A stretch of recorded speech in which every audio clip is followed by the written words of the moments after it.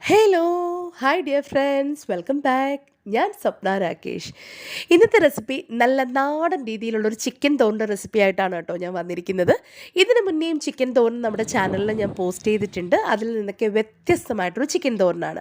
മുന്നത്തെ റെസിപ്പി കാണാത്തവർക്ക് കാണാനായിട്ട് ഞാൻ റെസിപ്പിയുടെ ലിങ്ക് ഡിസ്ക്രിപ്ഷൻ ബോക്സിൽ ആഡ് ചെയ്യാം കേട്ടോ. ഇന്ന് കാണിക്കുന്നത് എൻ്റെ അമ്മ എങ്ങനെയാണോ ചിക്കൻ തോരൻ ഉണ്ടാക്കുന്നത് അതേ റെസിപ്പിയാണ് ഞാൻ ഇന്ന് ഫോളോ ചെയ്തിരിക്കുന്നത്. അപ്പോൾ എല്ലാവരും ഇത് ഒരു പ്രാവശ്യമെങ്കിലും ഒന്ന് ട്രൈ ചെയ്ത് നോക്കണം കേട്ടോ. തീർച്ചയായിട്ടും നിങ്ങൾക്ക് ഇഷ്ടപ്പെടും. അപ്പോൾ നമുക്ക് റെസിപ്പിയിലോട്ട് പോകാം. ആദ്യം തന്നെ ഞാൻ എടുത്തിരിക്കുന്നത് ഒരു 30 ചെറിയുള്ളിയാണ് കേട്ടോ. തോലെല്ലാം മാറ്റി തന്നെ എടുത്തിട്ടുണ്ട്. പിന്നെ ഒരു 1.5 ടീസ്പൂൺ കുരുമുളകാണ്, നമ്മുടെ എരിവിനനുസരിച്ച് എടുക്കുക കേട്ടോ. പിന്നെ ഒരു 10 വെളുത്തുള്ളി, 10 പീസസ് വെളുത്തുള്ളി എടുത്തിട്ടുണ്ട്. അത് നന്നായിട്ട് തോലെല്ലാം മാറ്റി രണ്ടായിട്ട് കട്ട് ചെയ്ത് വെച്ചിട്ടുണ്ട്. 3 പച്ചമുളകും പിന്നെ കുറച്ച് കറിവേപ്പിലയുമാണ്. 250 ml കപ്പിൽ 1 കപ്പ് തേങ്ങയും കൂടി എടുത്തിട്ടുണ്ട്. അത്യാവശ്യം വലുപ്പമുള്ള ഒരു തേങ്ങയുടെ ഒരു മുറി തിരുമിയാണ് എടുത്തിരിക്കുന്നത്. പിന്നെ ഒരു 1/2 ടീസ്പൂൺ സാദാ ജീരകവും 1/4 ടീസ്പൂൺ പെരിഞ്ജീരകവുമാണ് ഞാൻ ചേർത്ത് കൊടുക്കുന്നത്. ഇനി ഞാൻ മിക്സറിൻ്റെ ജാർ എടുത്തിട്ടുണ്ട്. നമുക്ക് നേരത്തെ എടുത്തു വെച്ചിരിക്കുന്ന പച്ചമുളകും വെളുത്തുള്ളിയും ചെറിയുള്ളിയും കുരുമുളകും എല്ലാം കൂടെ നമുക്കൊന്ന് ചതച്ചെടുക്കണം കേട്ടോ. ഒരുപാടൊന്നും അരഞ്ഞു പോകരുത്, ജസ്റ്റ് ഒന്ന് ചതച്ചെടുത്താൽ മതി. മിക്സറിൻ്റെ ജാറിലോട്ട് ആഡ് ചെയ്ത് കൊടുത്തിട്ട് ഇതൊക്കെ നല്ലപോലെ ഞാനൊന്ന് ചതച്ചെടുത്ത് റെഡിയാക്കി കൊണ്ട് വന്നിട്ടുണ്ട്. ഇനി നമുക്കിതൊരു പ്ലേറ്റിലോട്ട് മാറ്റി വയ്ക്കാം.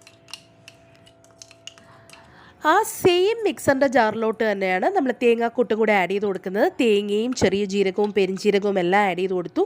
എന്നിട്ട് നമ്മൾ തോരൻ എങ്ങനെയാണോ ചതച്ചെടുക്കുന്നത് അതുപോലെ ജസ്റ്റ് ഒന്ന് ചതച്ചെടുത്തിട്ടുണ്ട്, ജസ്റ്റ് ഒന്ന് ഒതുക്കിയെടുത്തിട്ടുണ്ട്. ഇനി ഇത് നേരത്തെ ചതച്ച് വെച്ചിരുന്ന ഉള്ളി, ഇഞ്ചി, വെളുത്തുള്ളിയൊക്കെ നമ്മൾ ചതച്ച് വെച്ചിരുന്നല്ലോ, അതിൻ്റെ കൂടെ ആഡ് ചെയ്ത് കൊടുത്തിട്ടുണ്ട്. എന്നിട്ട് കൈ വെച്ച് നല്ല പോലെ ഒന്ന് യോജിപ്പിച്ച് കൊടുക്കണം കേട്ടോ. ആ ഇഞ്ചി വെളുത്തുള്ളിയുടെ കൂട്ടും തേങ്ങാക്കൂട്ടൊക്കെ നല്ല പോലെ ഒന്ന് യോജിച്ച് വരണവരേക്കും നമുക്ക് കൈ വെച്ചൊന്ന് മിക്സ് ചെയ്ത് കൊടുക്കാം. തേങ്ങാക്കൂട്ടൊക്കെ ഞാനവിടെ മാറ്റി വെച്ചു. ഇനി നമുക്ക് മിക്സറിൻ്റെ ജാറിലോട്ട് ഒരു 1/4 കപ്പ് വെള്ളം കൂടെ ചേർത്ത് മിക്സറിൻ്റെ ജാറും കൂടെ ഒന്ന് വാഷ് ഔട്ട് ചെയ്ത് മാറ്റി വയ്ക്കാം. ഞാനിവിടെ എടുത്തിരുന്നത് 1/4 കിലോ ചിക്കനാണ്. എല്ലോട് കൂടിയ ചിക്കനാണ് ഞാൻ എടുത്തിരിക്കുന്നത്. വളരെ കുഞ്ഞു പീസസായിട്ട് ഞുറുക്കി എടുത്തിട്ടുണ്ട്.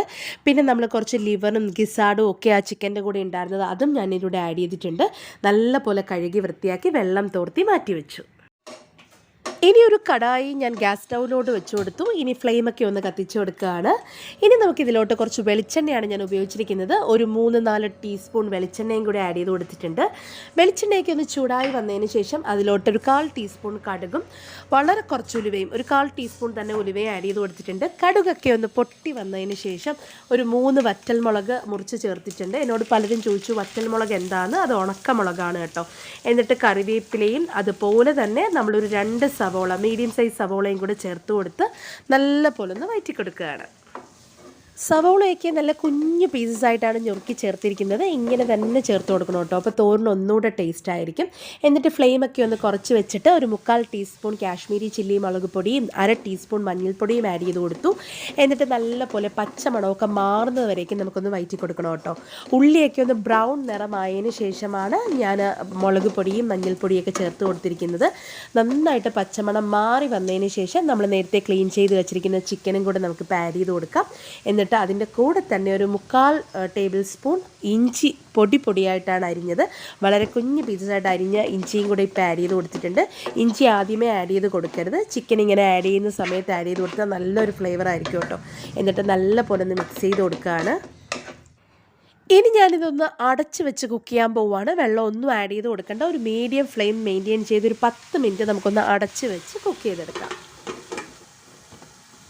ഒരു 10 മിനിറ്റ് കഴിഞ്ഞതിന് ശേഷം ഞാൻ മൂടിയൊക്കെ ഒന്ന് മാറ്റി നോക്കി. ചിക്കനിലൊക്കെ കുറച്ച് വെള്ളമൊക്കെ ഇറങ്ങി വന്നിട്ട് ഒന്ന് കുക്കായി, ചെറുതായിട്ടൊന്ന് കുക്കായി തുടങ്ങിയിട്ടുണ്ട്. ഇനി വീണ്ടും ഒന്ന് മിക്സ് ചെയ്ത് കൊടുക്കുകയാണ്. നമുക്ക് ഈ സമയത്ത് കുറച്ച് ഉപ്പും കൂടെ ആഡ് ചെയ്ത് കൊടുത്തിട്ടുണ്ട് കേട്ടോ. ഉപ്പ് ആഡ് ചെയ്ത വീഡിയോ എൻ്റെ മിസ്സായി.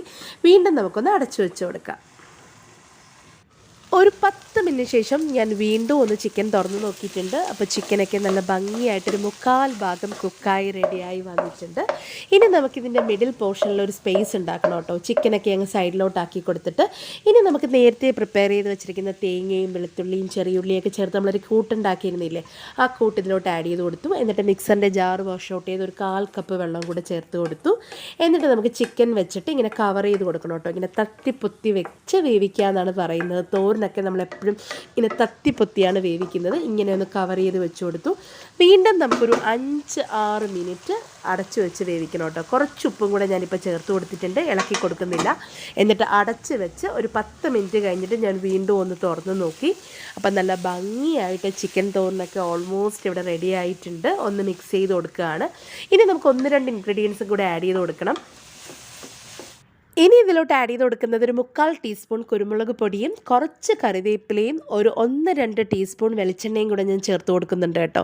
നമ്മൾ നേരത്തെ തോരൻ്റെ കൂട്ട് ചേർത്ത സമയത്ത് ഫ്ലെയിം നന്നായിട്ട് കുറച്ച് വെച്ച് വേണം അടച്ചു വെച്ച് കുക്ക് ചെയ്യാൻ. അത് ഞാൻ നേരത്തെ പറയാൻ വിട്ടുപോയി. എന്നിട്ട് നല്ലപോലെ ചെറിയ തീയിലിട്ടൊരു 1-2 മിനിറ്റ് കൂടെ നമുക്കൊന്ന് ചിക്കിയെടുക്കാം. അപ്പോൾ നന്നായിട്ട് വെള്ളമൊക്കെ തോർന്ന് നല്ല ഭംഗിയായിട്ട് തോരൻ റെഡിയായി വരും. എല്ലാവരും ഒരു പ്രാവശ്യമെങ്കിലും ഇങ്ങനെയൊന്ന് ട്രൈ ചെയ്ത് നോക്കിയിട്ട് നിങ്ങളുടെ ഫീഡ്ബാക്കൊക്കെ എന്നോട് പറയൂ കേട്ടോ. അപ്പോൾ ഒരു പുതിയ റെസിപ്പിയായിട്ട് ഞാൻ വീണ്ടും തിരിച്ചു വരുന്നതായിരിക്കും. അതുവരയ്ക്കും താങ്ക് യു, ബൈ.